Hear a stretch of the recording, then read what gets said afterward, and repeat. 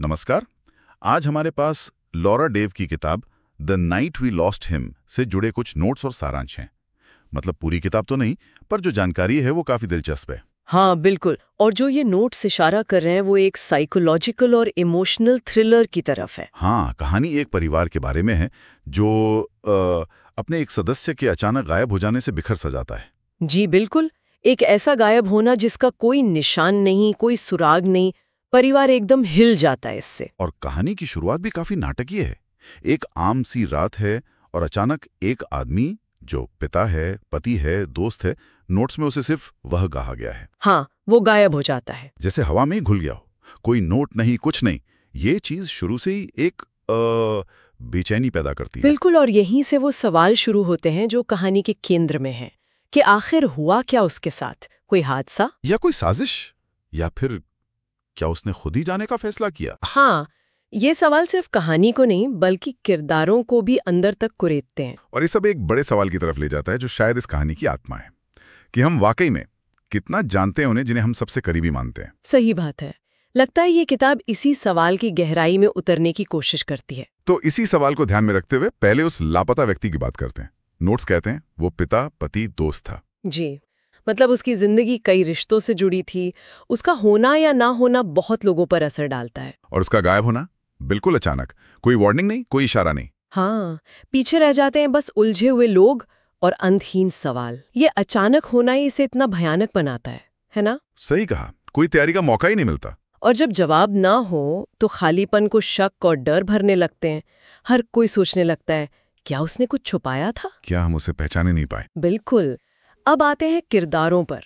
सबसे पहले उसकी पत्नी। नोट्स बताते हैं कि उसमें सच जानने की एक जबरदस्त तड़प है। हाँ, वो हर दरवाजा खटखटा रही है, हर सुराग ढूंढ रही है। ये दुख से ज्यादा एक जुनून सा लगता है। हाँ, ये स्वाभाविक भी है। जब आपकी दुनिया ऐसे उलट जाए तो आप सच्चाई का कोई सिरा पकड़ना चाहते हैं। लेकिन ये तलाश खतरनाक भी हो सकती है। बिल्कुल। अक्सर सच की खोज में ऐसे राज खुल जाते हैं जिन्हें शायद दफन ही रहना चाहिए था। देखना होगा नोट्स इस पर क्या कहते हैं। क्या ये खोज उसे जवाबों के पास लाती है या और उलझा देती है? और इसका असर बाकी रिश्तों पर? क्या वो दोस्तों पर शक कर रही होगी या खुद पर? ये भी मुमकिन है। अब बेटे की बात करें। नोट्स में जिक्र है कि वो पिता के साये में पला बड़ा और अब अधूरा महसूस कर रहा है। ये बहुत मार्मिक पहलू है। ऐसी घटनाएं बच्चों की पहचान पर गहरा असर डालती हैं। हाँ, मतलब सिर्फ पिता का खोना नहीं बल्कि अपनी पहचान का एक हिस्सा जैसे खो गया हो। जब आपका आदर्श ही ऐसे गायब हो जाए तो समझ नहीं आता कि आप कौन हैं। एक तरह का मनोवैज्ञानिक खालीपन। और ये खालीपन उसे कैसे बदल रहा होगा? क्या वो गुस्से में है या माँ का साथ दे रहा है या अपनी ही दुनिया में खोया है? नोट शायद इतनी बारीकी ना बताएं, पर ये किरदार कहानी में इमोशनल डेप्थ जरूर लाता होगा। जरूर।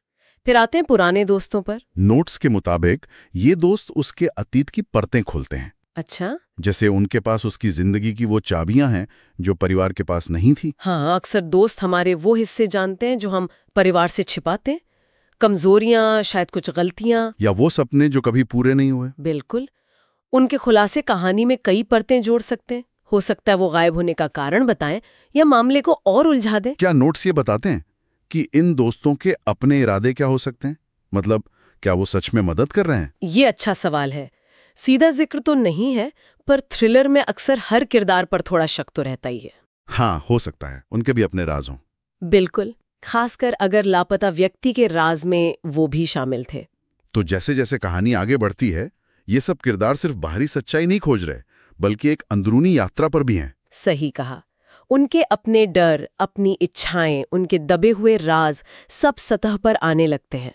कहानी सिर्फ लापता व्यक्ति का रहस्य नहीं खोलती, बल्कि ये भी दिखाती है कि इस घटना से बाकी किरदारों की जिंदगी कैसे बदल रही है। उनके आपसी रिश्ते, दुनिया को देखने का नजरिया, यहाँ तक कि खुद को देखने का नजरिया भी।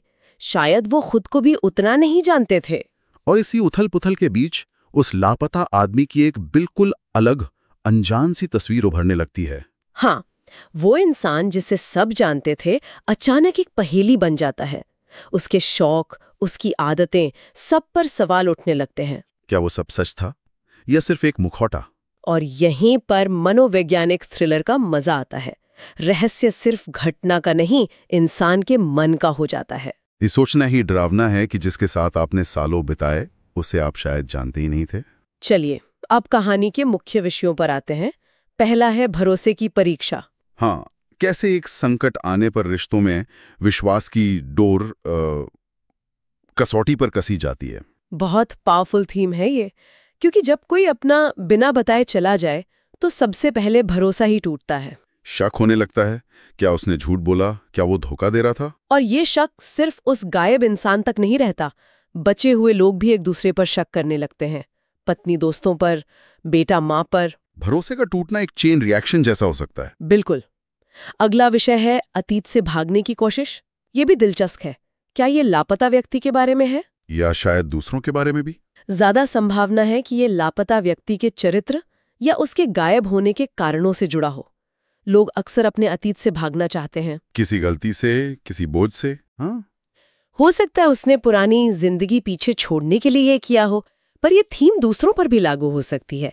शायद पत्नी या दोस्त भी अपने अतीत का सामना करने पर मजबूर हो जाते हैं। मतलब एक का गायब होना कई लोगों के अतीत के दरवाजे खोल देता है। वाह। फिर आता है पहचान और आत्म अस्वीकार का विषय। क्या कोई इंसान खुद को या दूसरों को पूरी तरह जान पाता है? और कैसे हमारी बनी बनाई धारणाएं टूटती हैं? ये भरोसे वाले विषय से जुड़ा है।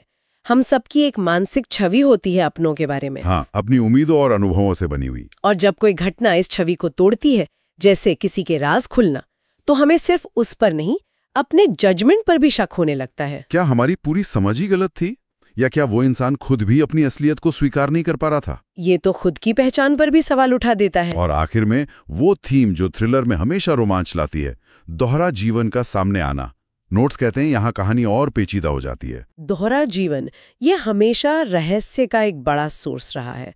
एक इंसान जो घर पर कुछ और है, बाहर कुछ और, या जिसके शौक, रिश्ते, काम ऐसे हैं जिनके बारे में किसी को पता ही नहीं। और जब ये छिपा हुआ जीवन सामने आता है तो गायब होने के कारण कई गुना बढ़ जाते हैं। क्या उसे कोई खतरा था? क्या वो किसी गलत काम में था? क्या उसका कोई और परिवार था? ये खुलासे कहानी को एकदम पलट सकते हैं। बिल्कुल। और ये सारे विषय, भरोसा, अतीत, पहचान, दोहरा जीवन, हमें घूम फिरकर उसी एक सवाल पर ले आते हैं, क्या हम किसी को सच में जानते हैं? हाँ, लगता है ये किताब सिर्फ कहानी नहीं सुना रही है, बल्कि हमसे ये सवाल पूछ रही है बार बार। एकदम। ये सवाल कहानी के हर रेशे में बुना हुआ है। भरोसे की परीक्षा पूछती है हमारा जानना कितना सच्चा था। पहचान का संकट दिखाता है जानना कितना मुश्किल है। और दोहरे जीवन का पर्दाफाश तो सबूत है कि शायद पूरी तरह जानना मुमकिन ही न हो। हम शायद हमेशा टुकड़ों में ही जानते हैं ना? या शायद हम देखना ही नहीं चाहते।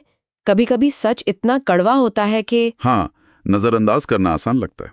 और ये सवाल पाठक को सीधे अपने जीवन की ओर देखने पर मजबूर करता है। हम अपने दोस्तों, परिवार के बारे में कितना जानते हैं? क्या उनके मन में कोई ऐसा कोना है जिसके बारे में हमें अंदाजा भी नहीं? ये किताब शायद पढ़ने वालों को इसी असहज सवाल से रूबरू कराती है। तो जो जानकारी हमारे पास है, उससे the night we lost him सिर्फ एक मिसिंग पर्सन केस नहीं लगता। नहीं, ये उससे कहीं ज्यादा गहरी भावनात्मक और मनोवैज्ञानिक कहानी लगती है। सस्पेंस तो है, पर इंसानी रिश्तों की नाजुकता पर भी जोर है। हाँ, ये कौन ले गया या कहाँ गया वाली पहेली से ज्यादा किरदारों के अंदर की दुनिया की कहानी है। उनके डर, उनकी उम्मीदें। सस्पेंस बाहरी घटना से ज्यादा किरदारों की अंदरूनी उथल-पुथल से पैदा होता लगता है। और इसका असर पढ़ने वाले पर, मुझे लगता है ये कहानी पाठक को आखिर तक बांधे रखेगी। सिर्फ ये जानने के लिए नहीं कि क्या हुआ, बल्कि ये समझने के लिए कि लोग ऐसे क्यों होते हैं। और कहानी खत्म होने के बाद भी शायद ये सवाल मन में रह जाएगा, हम अपने आसपास के लोगों को वाकई कितना कम पहचानते हैं। हाँ, ये उन धारणाओं को चुनौती देती है जिन्हें हम सच मानकर चलते हैं। ये याद दिलाती है कि हर इंसान एक बंद किताब जैसा हो सकता है, जिसके कुछ पन्ने शायद कभी ना खुले। पढ़ने के बाद शायद लोग अपने रिश्तों को, अपने करीबियों को थोड़ी अलग नजर से देखें। चलिए इस चर्चा को एक आखिरी विचार के साथ समेटते हैं।